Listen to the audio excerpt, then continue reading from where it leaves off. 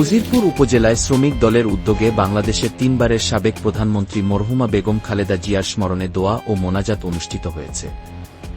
সাধারণ সম্পাদক শাহাদুজ্জামান কমরেডের সৌজন্যে এ অনুষ্ঠানে সভাপতিত্ব করেন উপজেলা শ্রমিক দলের সভাপতি জিয়া আমিন রানী।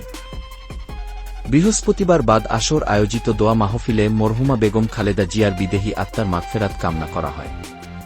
একই সঙ্গে দেশ, জাতি এবং দলের নেতাকর্মীদের শান্তি ও কল্যাণ কামনায় বিশেষ মোনাজাত করা হয়। মোনাজাতের পূর্বে অনুষ্ঠানে বেগম জিয়ার স্মৃতিচারণ করেন উপজেলা শ্রমিক দলের সভাপতি জিয়া আমিন রানী। তিনি বলেন, দেশ ও গণতন্ত্র রক্ষায় বেগম খালেদা জিয়ার অবদান ইতিহাসে স্মরণীয় হয়ে থাকবে। সবশেষে হাফেজ মাওলানা মোহাম্মদ মনির হোসেনের পরিচালনায় দোয়া ও মোনাজাত করা হয়।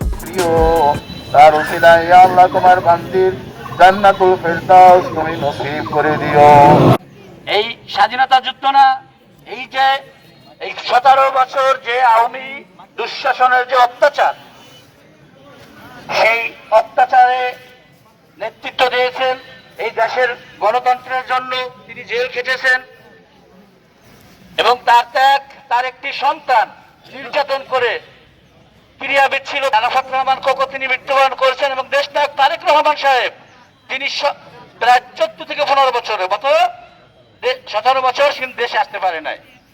এবং আমি এই বিএমপি করার জন্য আমিও প্রায় 12 বছর মতো এই দেশ ছেড়ে রয়েছি এবং এখানে অনেক লোক আছে যারা হামলা মামলা নির্যাতনে নির্যাতিত হয়েছেন, ঘরে ঘুমাইতে পারেন নাই এবং কেউ মুখ খুললে একটা কথা বলতে পারে নাই। যদি কেউ কথা বলছে তার উপরে মিথ্যা মামলা নির্যাতনের খড়ক নামিয়ে দিয়েছে। আমরা সেখান থেকে ফিরে এসে আপনারা দেখেছেন আওয়ামী লীগ নির্যাতন করছে দেখেই তাদের এই অবস্থা হয়েছে। আমরা যারা বিএনপির লোকেরা আছি আমরা সেইটা থেকে শিক্ষা নেব এবং দেশনায়ক তারেক রহমান বলছেন যে আগামীর বাংলাদেশ হবে ন্যায়, ইনসাফ এবং উন্নয়নের বাংলাদেশ। এবং এই ধারা আমরা ধরে নিয়ে ইনশাল্লাহ যদি আল্লাহ তাআলা আমাদের এই দলের দিকে মহের দিকে সামনে চায়, আমরা এই দেশকে উন্নয়নের দিকে নিয়ে যাব এবং আজকে আমরা দোয়া করব দেশনায়ক তারেক রহমান যেন আগামী প্রধানমন্ত্রী হইতে পারে, তার জন্য দোয়া করব এবং খালেদা জিয়ার আত্মার মাগফিরাতের জন্য দোয়া করব এবং শহীদ প্রেসিডেন্ট জিয়াউর রহমানের জন্য দোয়া করব।